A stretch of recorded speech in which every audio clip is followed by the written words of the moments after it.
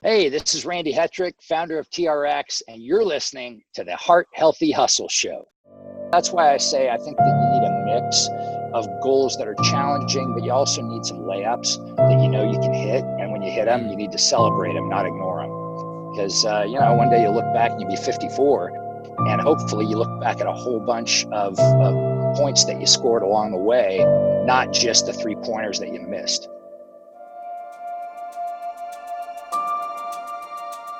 What are you getting after? What seeds are you planting? What are you overcoming? Think big. Think even bigger. Take some risks. God's got your back. Go for it. Don't hold back. Don't ever have regrets in your life. Go fail. Go grow from those things. Live your life.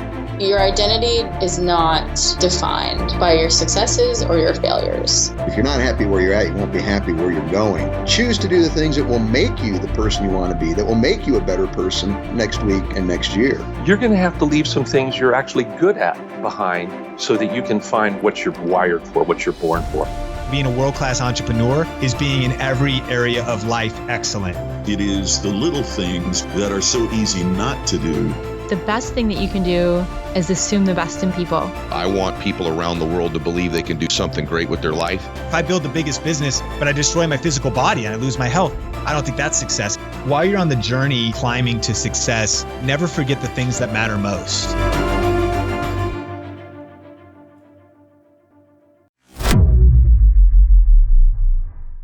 Hello and welcome back to another inspiring episode. Today we are joined with guest Randy Hetrick. Randy Hetrick is the founder and co-chairman of TRX, one of the world's leading brands in health and fitness. If you've ever been inside of a gym, wellness center, even a physical therapy clinic, you've probably seen these suspension bands. They are, and correct me if I'm wrong, but they are usually bright yellow with black contrast and some dark gray in the color scheme. Is that correct? Black with yellow accents, but yeah, black and yellow is our sort of whole theme. Staple colors. I can pretty much see them anytime I go to a gym. It's a sign of a good gym typically. Okay. So you're going to see them. And prior to founding TRX, Randy actually spent 14 years as a commando in the U.S. Navy SEAL teams with an operational career that culminated as a squadron commander of the SEALs Elite Special Missions Unit. Subsequent to his service as a SEAL, he earned an MBA from Stanford University's Graduate School of Business. Randy's formal entrepreneurial career began in his garage, transforming the crude invention of necessity he had created in the field into the TRX suspension trainer that we all know, love, and use today. In addition to his role as co-chairman of TRX, Randy is also an investor and advisor to early-stage businesses. He's a unique speaker to organizations around the world and a regular lecturer on leadership and entrepreneurship at his alma maters, USC and Stanford. He is currently working on his first book, A Survival Guide for Entrepreneurs. Randy, I'd love to delve right into a little bit about your day, how things are going for you, spark up some conversation prior to getting into the nitty gritty. Well, pretty good. I woke up this morning I woke up and I had Joker hair. I had quarantine day, right? Which when I first wake up, it is like a bad version of an afro. So I've slicked it down just for you. And, sitting here in Mill Valley though, it's a beautiful sunny day, and all things considered, would I rather be without the quarantine? Absolutely. But it ain't a half bad place to be despite the quarantine. So I'm doing pretty well. How about you? I'm doing well. Going well here on the East Coast. We have a great time today, guys. This interview is going to be really action-packed. How's that book coming? Not as well as I had hoped in terms of progress. I think it's going to be a really interesting book when I get it done. COVID-19 should be helping, but somehow it seems like my 16-hour work days these days with the great boundaryless workplace, right, that we're all in, is thwarting me. But, I think it's going to be a really useful addition to what's out there, because one of the things that I've noticed, I went to one of the best business schools in the world, struggled my way through that, and graduated with a bunch of knowledge that is great once you're sort of 10,000 feet or so above ground. You're either, most business schools are really designed to prepare mid-level leaders at larger companies, right? And even schools that have an entrepreneurial emphasis tend to start too high. That's what I've discovered, right? And the day that you graduate, as I did back in mid 2003, you go walking out the door to become an entrepreneur, and you're immediately hit by just this mountain of things that you don't know answers to and that you didn't learn in your highfalutin business school that you just got out of. By no fault of their own, mostly they bring in lecturers that are retired or nearly retired senior execs. They have professors that know an awful lot about sort of frameworks and structures and analytical lenses, but those cats never started something. And so you end up with this basically this airspace below 10,000 feet all the way down to weed level that you need for the first 5 to 10 years as an entrepreneur, and nobody's giving it to you. And so that's what my book is going to aim to address. I'm loosely calling it What to Expect When You Don't Expect It.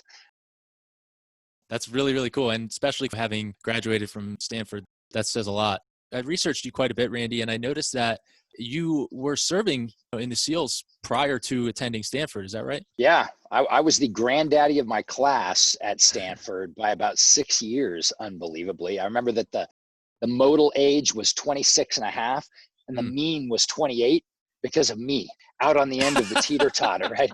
Pulling up all the kids, to a higher average, but not higher GPA, mind you. That was not my job. But yeah, it was, I was a SEAL for 14 years and then decided to go to Stanford after that to try to learn business. Was that due to, having discovered that you had a great idea and it was viable? Is that what drove you to want to go to Stanford? What motivated that? No, actually it's funny because when I had decided to go into the teams, I thought I was going to go in for 4 years, work my butt off, get a deployment or two with a SEAL platoon, and then go back to business school at Stanford, right? That was my goal. And I just kept getting amazing opportunities one after another. And I ended up staying 14 years. And the only reason that I left then was because my wife was pregnant and, was completely done with the superhero gone 9 months a year lifestyle. And I was promoting out of the field. I had made it to the peak of the mountain in terms of the things that I really valued, which was operational leadership opportunities in the field. And I was promoting out of the field as my next role. So I made the decision that I would try to reapply to Stanford because I had applied a couple years earlier and gotten turned down. Sure. And I decided to reapply, and to my everlasting astonishment, they decided that was the year for to have a SEAL in the recruiting poster. When you did get the news that you were accepted, how did it feel? Were you pretty much ready to go, like it's about time, or were you surprised? I was shocked. I mean, I was so shocked. I never actually thought I was going to have to deliver on that deal. It was kind of a deal to, a bargain with my gal that I essentially said, well, wait a minute, because she had a big promotion to the West Coast at the time and was essentially said, I'm moving and you're welcome to come along, make the right decision. And I cut a deal that I never actually thought I would have to deliver on.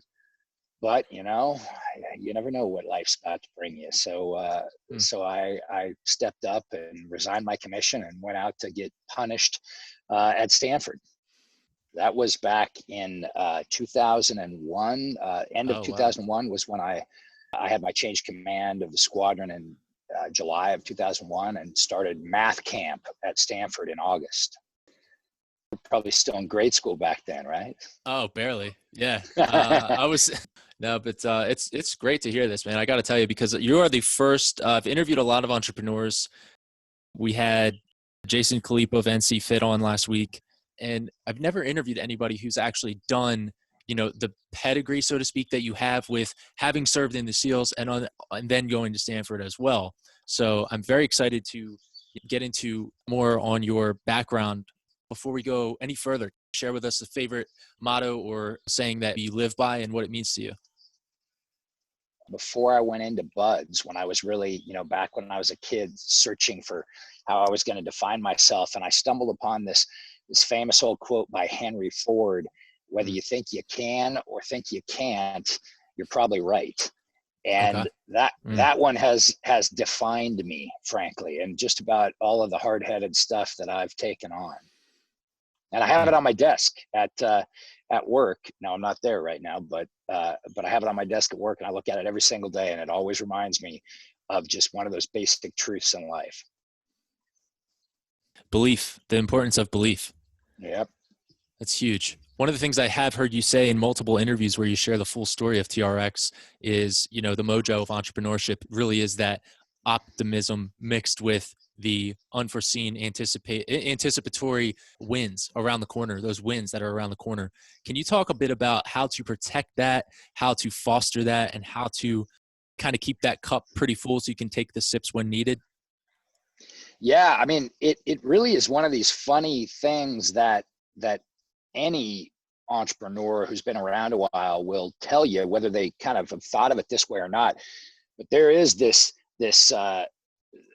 inner, I don't know what to call it. It's like a reservoir of juice, right? And I call it mojo. It really is that the fuel that allows an entrepreneur to remain optimistic and to wake up and say, all right, well, this thing that's visiting me today, I may not have asked for, but I'm going to power through it. And no matter how dark, because entrepreneurship can be a dark place at times, right? It's not if you want a nice, steady, certain path, go to work in a big corporation. And because entrepreneurial paths are not that way. They tend to be full of twists and turns and bumps and potholes and vines that rip your eyes out if you're not careful. And yet, the best entrepreneurs figure out how every single day to get their mind right, as my good buddy Todd Durkin likes to say, and to really stay focused on that opportunity that's coming just around the next corner. And they always are, right? Sometimes it takes a little longer to get around the corner than you thought, but they're always there. And that mojo is really critical. And so you got to be careful about how you allow people and events to leak that mojo out the bottom of the tank. If you're not careful, right, you wake up. And that ultimately is, I think, what kills most entrepreneurial ventures, is that the guys or gals that are running them, they just run out of juice, and they decide, right, doing something more normal. And so that mojo you got to hang on to. And there's, we can talk about different ways that I manage it. Yeah, let's jump right into that. What are some of the ways that you manage it? And on the vein of Henry Ford, on my desk right here, which is holding my 2020 vision board, I have a picture from another entrepreneur, but they sent out these little cards with like an old picture from an old entrepreneur back in the day. And this one was Henry Ford. And he said, vision without execution is just a hallucination. So, I like that one. I haven't heard it. But I like it. I want to get from you, somebody who's done it. You've achieved the American dream, as they say, and you have the company, you have the idea, you defended the idea, you went to battle for it, you went to battle in real life. I mean, you've done it. You know what I mean? You have it you have it under the belt in pretty much every category. So I want to get from you, what are the keys to, what are the ways that you think about execution? How do you see that? First of all, I want to say, look, the things that I did in the SEAL teams was an incredible privilege, and I was surrounded by some of the most amazing guys that have ever walked the face of the earth in terms of capability and execution capability.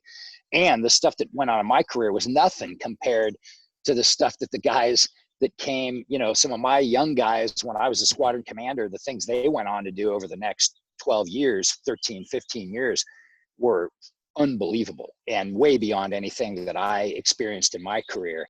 But I had this real luxury to work with some of the very best, most dedicated, capable human beings that you could ever imagine in the SEAL teams. And that was a bit of a transition for me when I moved on into the civilian world, because that same level of commitment and, will not fail sort of drive, I have found to be in shorter supply out in the civilian world than it was in the teams, as you might expect. And I learned a lot during that transition about how to set goals and not project one's own priorities and capabilities and drive on other people, because it oftentimes that's a recipe for disappointment. You got to find ways to bring your group around a common goal that they all share, and then figure out how to motivate people on their terms, right? And not just on your own terms. So that's the first thing I would say about execution, is that it's all about the team, and teams differ, right? Individuals have different things that they find inspirational, and they have different levels of commitment that they're willing to deploy. And as a leader in a, in an organization in the civilian world, you really have to become a bit of an artist on figuring out how to tease out those points of inspiration and motivation from each of your team members if you want to execute well as a unit. Speaking of teams, how do you find trustworthy people who are capable as well? Well, I mean, hey, if I had the answer to that, man, I would write a book that would sell, a gazillion copies.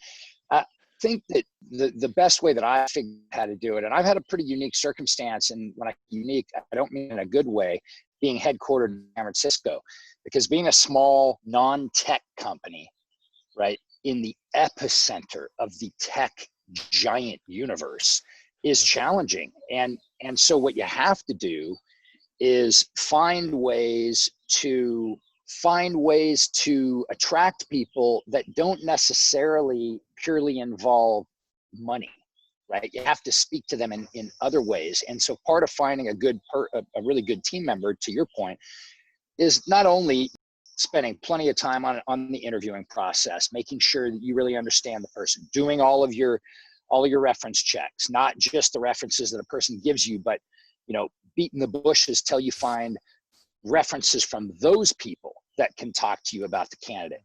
But more important than all of that, I think, is figuring out if the person has integrity, accountability, and a passion for your venture, for your area. In my case, it's finding, if I need a great marketer, it's finding somebody who not only has those marketing skills and the kind of the formative career path that gave them those skills, but it's finding somebody who really understands and cares about fitness, sports, athletic training, because those people are then committed to the mission and they want to stick around even when they get an offer from Salesforce or Facebook or Apple, right? They don't want to go because they want to be there doing the staff class every day at 1 o'clock in our training center. They want to be around athletes. They want to be helping people. So, you know what I mean? It's more than just the skills, frankly. It's as much the mindset and commitment as it is the skill set. I can get somebody skills. What I can't do is make them a great person or make them passionate about my business. And just as like a summary, I want to make the most of this time. And I know that you've done many amazing interviews. How I Built This with Guy Raz is one that comes to mind, on how you built TRX and the full journey. But I'd like to hear a brief story of how you started it and a little bit of those initial trials that you had to overcome. I was watching Guy Raz. I was watching an interview with him on, what's his name? Not Jimmy Kimmel, the other guy. And he was talking to him and he's like, what's one of the common themes? He was asking Guy of all these successful entrepreneurs who are, doing phenomenal. And he said their ability to bulldoze rejection, to just, it doesn't faze them. If you can do that, you have the capacity to become a viable entrepreneur in the long game. But can you take us back to, that initial jiu-jitsu belt when you were deployed? Can you take us back to that scene? Yeah, during the 90s, we were deploying a lot. Frankly, more often than not, we would deploy into a theater and then, nothing would happen because the politicians liked to practice what I call deterrence through deployment. If somebody was doing something crappy in the world, right, they wanted to stop, they would deploy in, one of the top tier units. And you get there, and within a couple of days, the locals have figured out that you're there, and the word spreads that there's, big gnarly guys hidden in that warehouse with a bunch of guns, and the bad guys go away. And it's actually a pretty effective technique, because what it did was, it's the ultimate definition of diplomacy. You got your will enacted without having to commit violence. And so while it was frustrating for the commandos who were there to, do the nation's bidding, it was actually a pretty effective political strategy. The challenge is that we would deploy into places with no gym gear to stay in shape, and special ops operators are mostly like pro athletes just wearing a different kind of uniform. So imagine trying to stay in world-class condition with, the same tools that the Romans had, right? You push-ups, sit-ups, throwing each other around. And I was on one of those, a workup for a mission where you take a freighter that's been hijacked and you reclaim it. And I was trying to figure out how to climb a caving ladder up the side of a ship with a bunch of gear on my back and how to train for that. And by coincidence, I had accidentally scooped up, as I was loading out my gear, I'd scooped up my jiu-jitsu belt, that was sitting underneath a flight suit. And as I stuffed it in my bag, I didn't realize it. Then I ended up over in Asia, sitting on a cot, staring at, all this stuff that I'd pulled out of my bags. And among it was a jiu-jitsu belt, which was not super useful. Actually, I can run and grab it for you here in a minute if you want to see it. That'd be awesome. Sitting in the other room. Yeah. So I'll just cue me when you want me to go get it. But I ended up staring at this bathroom door, ironically, and thinking to myself, now, wait a minute, what if, I'd had a lot of experience as a wrestler climbing ropes. Mm-hmm. So I understood how to use body weight as a resistive force. And I went over and tied a knot in the jiu-jitsu belt, threw it over the door and leaned back. And the first move that ever happened on a suspension trainer, we now today call the power pull, which is basically like reaching up for a ladder, pulling yourself up. And then if you could lower yourself down and pull yourself back up against gravity, right, you would train that movement. That's what we call functional training a movement that you need to perform in life. And I leaned back against the jiu-jitsu belt, lifted myself up that way. And I thought, man, that's kind of cool. And just started messing around. And pretty soon I had stitched together this harness with a little bit of the webbing that we use to repair parachutes and that jiu-jitsu belt. And it basically looked like a crude version of today's TRX, right? An upside down Y. And I don't know if you've ever suffered under the straps yourself, but it's pretty astonishing what you can do with just your body weight, right? Yeah. Working against gravity, if you kind of understand the moves and how to load the moves and how to unload the moves, right? Because not everything is better by making it harder. That's something I've learned in life as well. But yeah, so that was the beginning, and it just kind of got popular with the guys in my squadron. And they busted your balls first, right? They well, of course, they always do, right? That's sort of part of the same credo in the SEAL teams as you'll find in any sports team, right? It's like the first thing that guys like to do to each other is heckle, and then shortly thereafter, then they're like, "All right, get out of the way. Let me see this thing. Let me show you. I got an idea." I did enough push-ups today. Yeah, that's pretty much exactly how it went. So when I left the teams, I didn't plan to form a business. I thought I was going to go to business school and then probably go to work at a big organization, because I had a lot of experience at that point leading, and really didn't even occur to me that I would do this tiny little startup. That would have been sort of nutty. But, as I said, life's path winds in strange and wonderful ways. Can you grab the belt now? I got you so curious to see it. Yeah, hold on. I'll be right back. Awesome. If you guys are listening on just an audio platform, you're going to have to jump over to YouTube to see this. All right. So here she is. So in the middle of it is 6 feet of nylon webbing with a basic issue carabiner on the end of it. And the original door anchor. Don't try that at home. You'll crush the hell out of the door frame. So I managed to crush door frames, at a number of hotels before I evolved this original model. But that's it. That's the original strap right there, man. Patient zero. Where's the initial handles? Did you just grab the actual straps? Oh, there were no handles. Yeah, no handles. No, that was the great thing, right? It was fully adjustable. You grabbed high, you grabbed low. And that's an entrepreneurial definition of attribute. Fully adjustable. Fully adjustable. Wherever you grab it, it is, right? And no, the idea with it originally was that was part of the benefit, right? You'd hang on to the strap, and that would increase your grip strength as well. But then, I figured out that is a level of commitment above what most people want. Most people just want to grab some handles and that are ergonomically sort of designed rather than grab hold of something that's ripping at your hands. And even though it's making you stronger, it's not that pleasant. So one of the first innovations that I actually did on the next version of this strap was to take the end and create a loop, right? And then that became something you could put your hand through or your foot, right? And we were off to the races. That's one of the things I love about this, the whole training system, is that it can be incorporated into like a full body. It doesn't have to just be rows. It doesn't just have to be whatever it is. It can be multiple things. You could be doing abs. You can be doing stabilizer work. You can use them as like an augmentative assist while you do a pistol squat. You can do all different types of stuff. Yeah. It's been pretty cool because it was beyond what I originally envisioned, right? It's become something different to everyone. And that's been pretty powerful. Who knew this thing was going to become one of the most popular senior fitness tools like that? I thought this was a commando tool, man. I didn't envision silver sneakers folks on it, but I'm sure happy to have them. So that brings me to a really interesting question, which is, you mentioned, people turns out they didn't really enjoy having their hands ground up in the strap. They wanted a comfortable handle with foam and now rubber, whatever it is. Was that hard for you or were you just like, all right, pivot, this is what people want, we're going to do that, even though you'll get stronger from this? Was that hard for you, or is that just no question, do it? I think you got to listen to your customers. And pretty early on, we got a lot of feedback from folks that had good ideas. And we're like, hey, what if you did this? What if you tried this?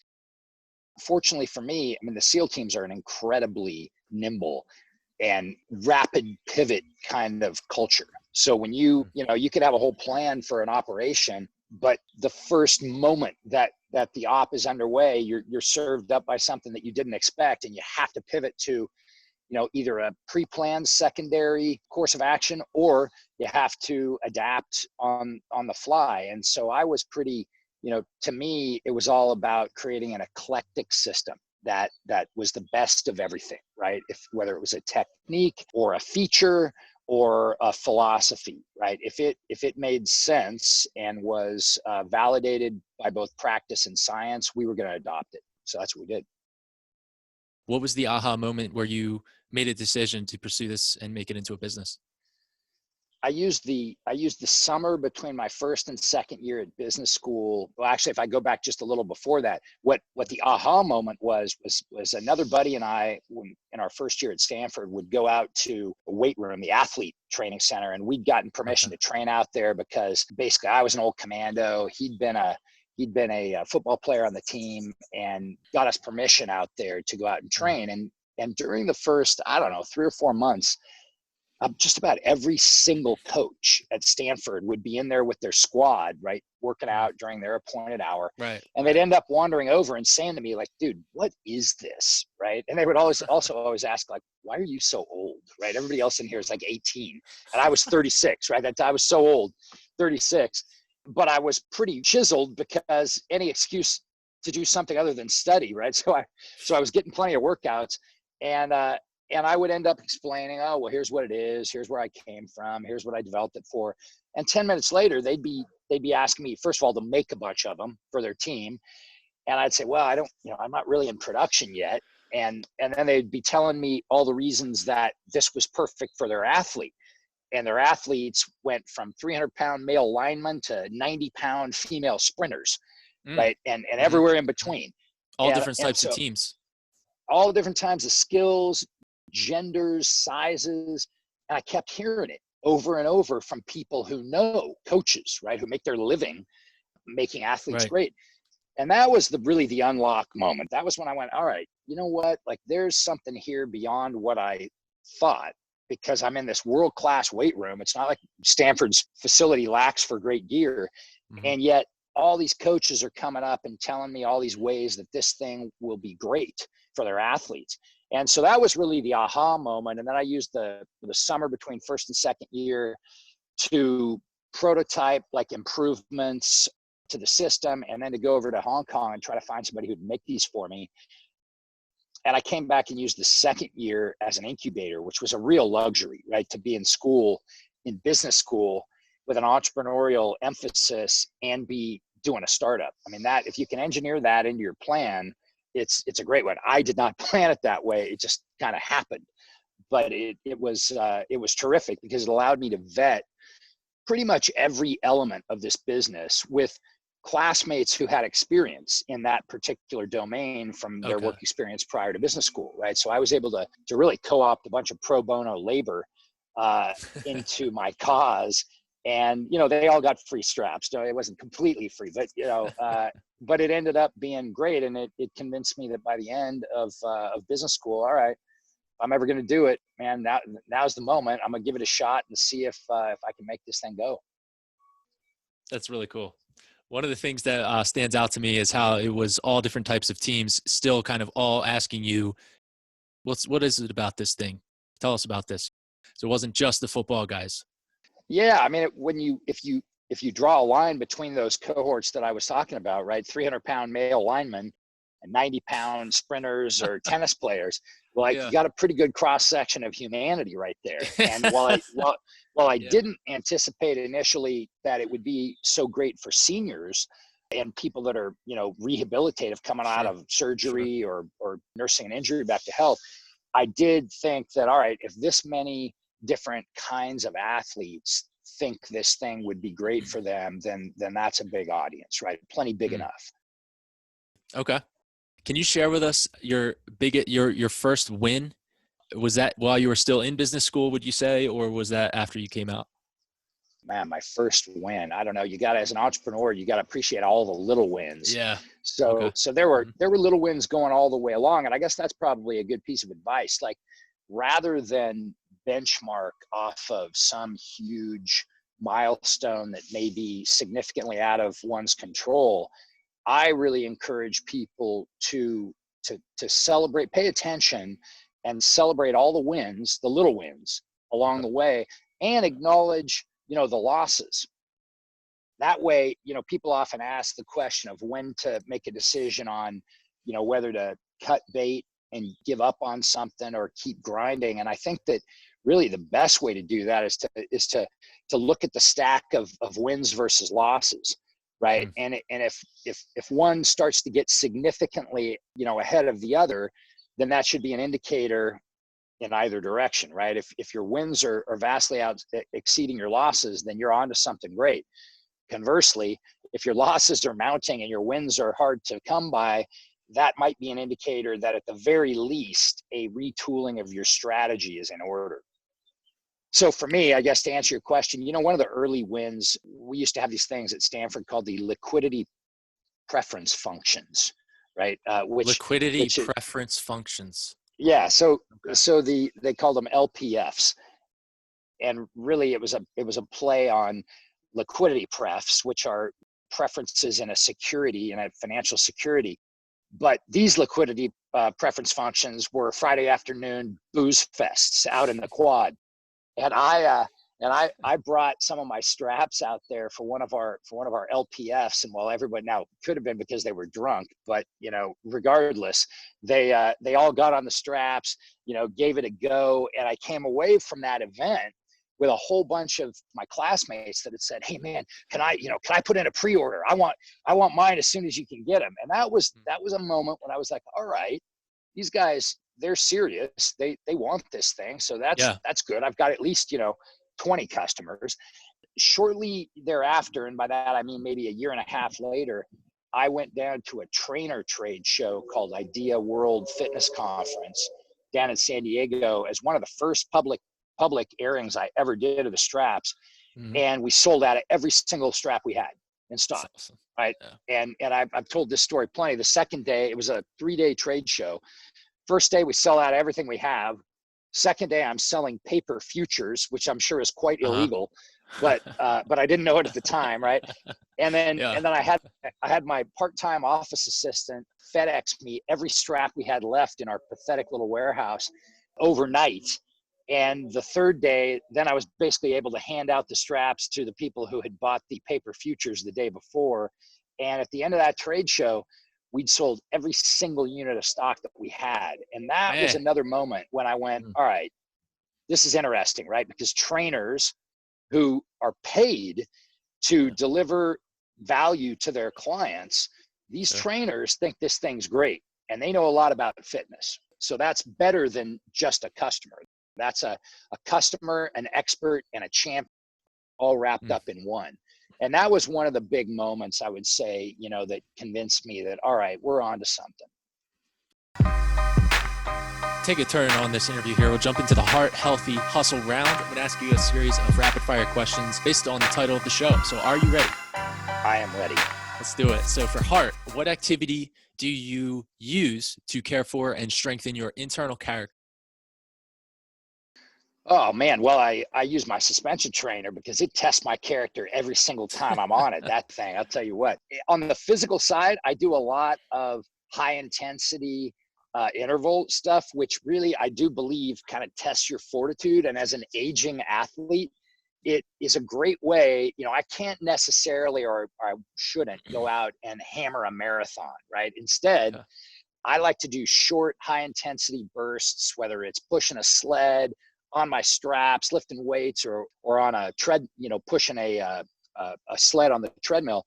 And those things really test your character. And then I use my kids as the other test of my character, because, if you can always find time and energy to be patient and honest with your kids, then I reckon that's about as good a litmus test as you can find in life. Can you give us an example? Yeah, I mean, patience. I got a 6-year-old and I'm working from home right now, man. Like anybody who has taken on that task understands what patience it is. And it certainly gives me a lot of respect for all the moms out there that are doing the homeschooling, working, and maintaining the softness that a mom is required to deliver. And so, my 6-year-old tests my patience, and I have an 18-year-old.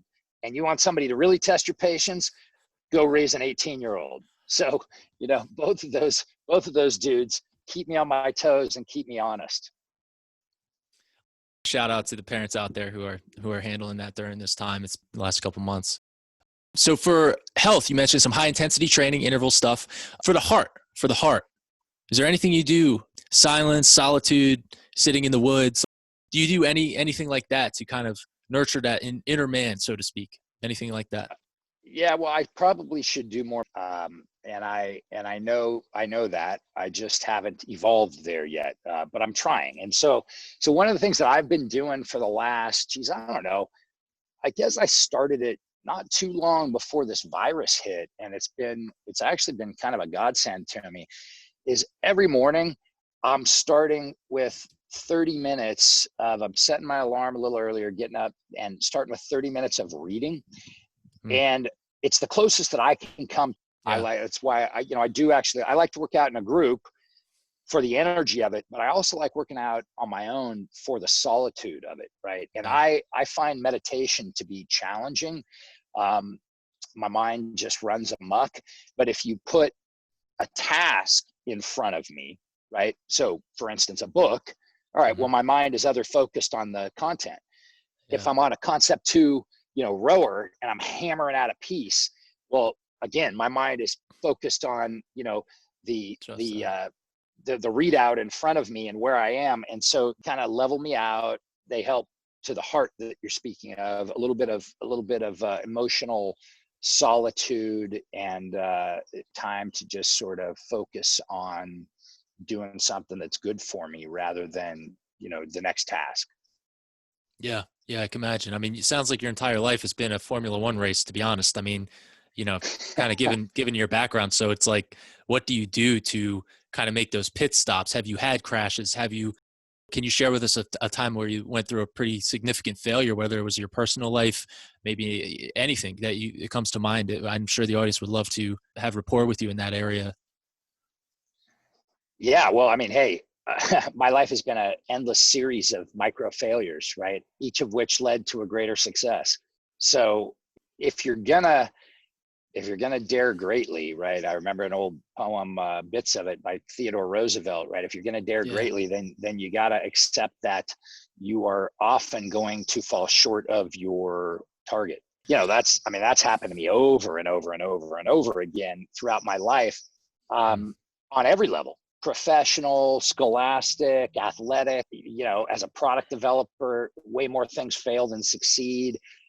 In relationships, I've had more than my share of ups and downs. The ups mostly were due to my partners. The downs were mostly due to my own missteps. And, that's just the way that life goes. If you're going to be somebody who takes on hard things. And, I also want to say that I would say that my first, probably 40 of my first 54 years on earth have been defined by doing hard things.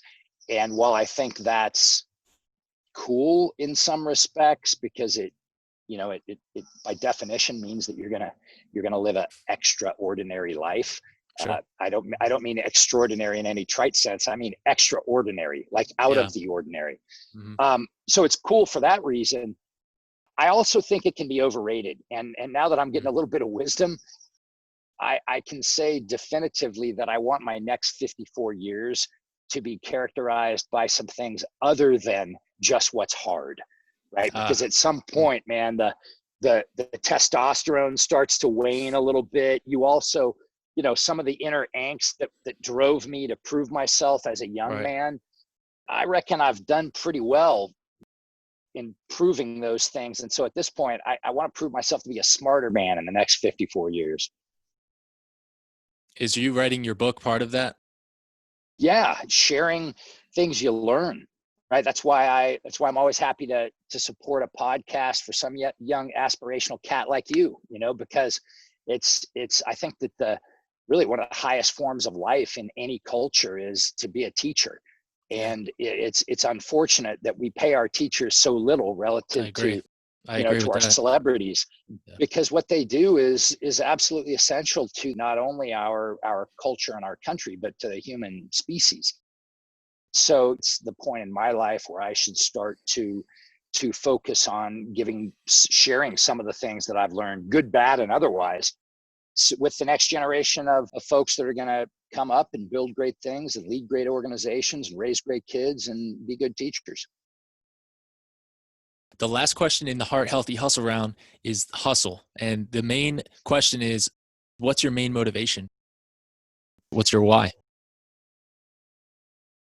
My why, it's funny because I'm rereading Simon Sinek's book right now. Okay. Start with why. And in fact, I just read a half hour this morning just to show there you go. why.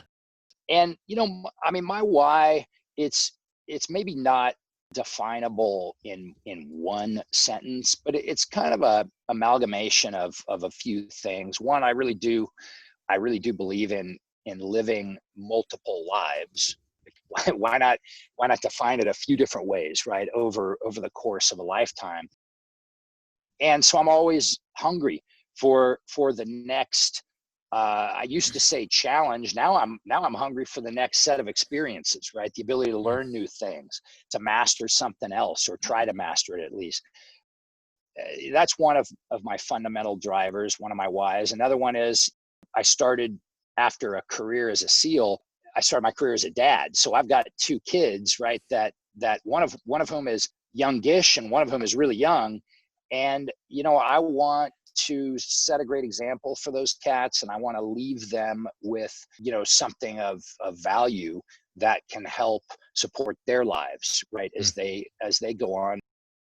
And then the third is really around my role as an organizational founder. I want to create a great business that does great things for people all around the world, which TRX has done, and which provides, a really great living for my teammates who have chosen to bestow the great honor on me of sharing their professional lives with. So it's sort of, a little bit personal, a little bit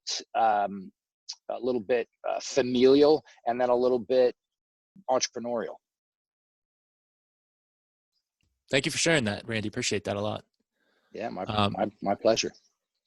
You were alluding to a lot of your life up to now has been winning, proving yourself, winning at hard things. Now that you've done that in multiple arenas at the highest level, what was the arrival to that point a little anticlimactic, or was it? It's fantastic to achieve that, but what was the overwhelming sense? What was your perspective around that? A lot of the things that I've sort of taken away about life, I learned on the trail, right? Humping a heavy ruck. And because it really is a great metaphor. I mean, if you haven't ever gotten out in the outback with a heavy ruck on and gone for a week or so to try to live out there, it's a great metaphor for life. And one of the things that I've discovered is this concept of summits, right? When you're down, you're starting a hike and you're looking up in the distance and you see the peak, right? The summit way out there. You think, I can just, if I just grind, I'll get to that summit. And what you find on the way to the summit generally is a series of false summits, meaning, mountains are built of a set of ranges, and the summit that you see in the distance is just the highest one, right? But what you don't realize until you get on the trail and you start going is that you reach a false summit, meaning it's a summit that's below the summit that you had in your sights. And guess what happens after that? You go down into the next valley, right? And then you climb again and you think, okay, well, now I'm really headed to the summit. You run into another false summit that's just a little higher than the last one. And then guess what comes after that? Another valley. And so, I think that part of what I've learned about doing hard things is that if you're fortunate enough to achieve a hard goal, generally, you either find that you weren't actually at the goal, you just were at an intermediate stage on the way to that goal, or you got there and you immediately redefine a new goal that's even higher and harder, and which is basically what I did. And I think that there's some good to that, but there's also a self-defeating nature eventually. If you just keep redefining goals that are on the border of unachievable, what's going to happen is you're going to fail to achieve them, and then that's going to become a demotivating factor, and it's going to give you a sense of failure, right? Which I'm not a believer in failure. I think failure is a social construct. It's nonsense. But I think that if you constantly define goals that are ridiculously hard to achieve, you risk looking at the flowers and never smelling any of them, because they're always just out of your reach. And so, that's why I say I think that you need a mix of goals that are challenging, but you also need some layups that you can hit. And when you hit them, you need to celebrate them, not ignore them.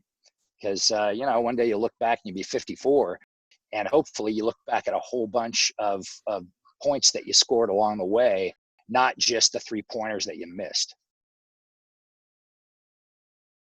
Just kind of letting that soak in a minute.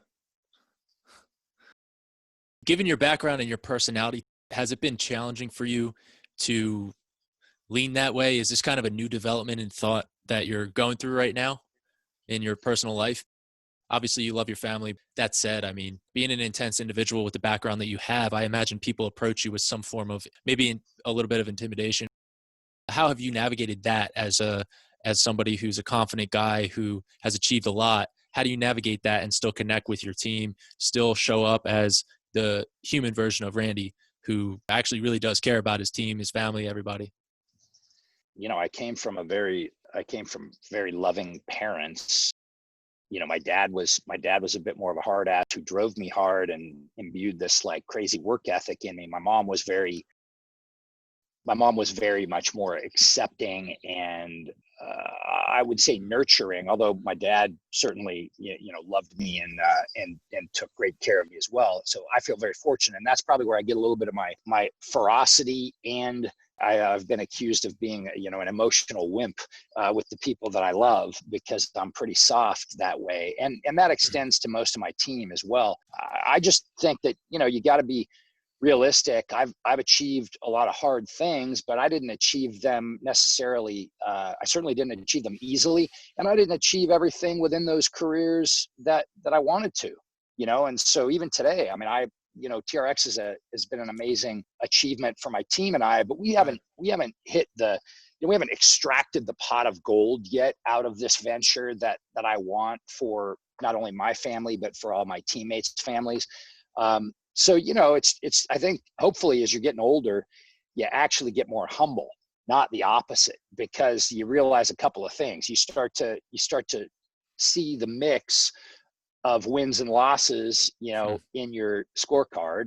And you also start to to realize that, hey, you know, this ride has to be enjoyed along the way, because there may not in fact be a destination, right? The destination may never actually arrive. So while you're on that ride, you got to enjoy it, and that means you got to take yourself a little bit less seriously. You got to try to have better perspective on the you know, the highs and the lows, because rarely are things catastrophic and rarely are things perfect. It's usually you're oscillating in the middle between the two, and as long as you're you know, above 50%, then you got a winning record, right? And you got to celebrate it. That's right. Let's wrap it up. We'll jump into the park bench paradigm. If you could go up to the younger version of Randy, sitting on a park bench, maybe he's overseas somewhere. I don't know. Maybe it's a dark season in your life. Maybe it was in California. Anywhere you want to just get a vivid image of that. You, present day, with all of the wisdom that you have now, you can go up to him, put your arm around your own shoulder. What would you say to that version of Randy, and why? Well, I mean, I would say some version of what I just told you a second ago. I would go up to him and I would say, hey, look, number one, you're probably better than you think you are.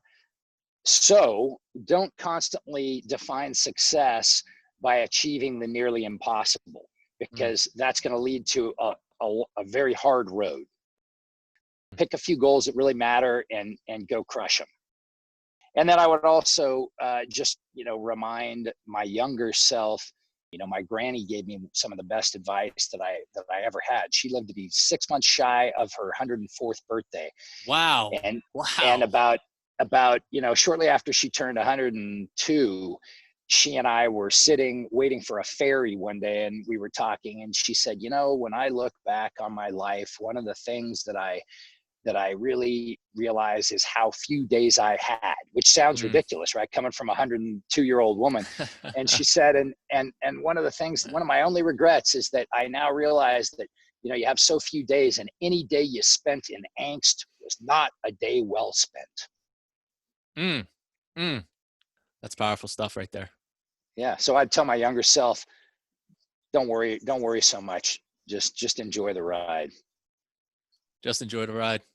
Thanks, Randy. I appreciate you coming on to the show. How can we support you, the audience? How can we follow up with you? Where are you most active online?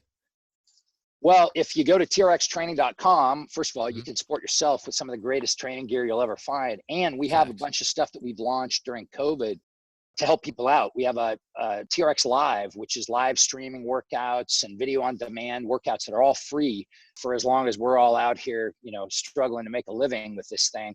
And awesome service that is available to everybody for free. You can follow me at Randy Hetrick on Instagram and Facebook, and at TRX Training is the company that I founded and still spend an inordinate amount of my hours caring for.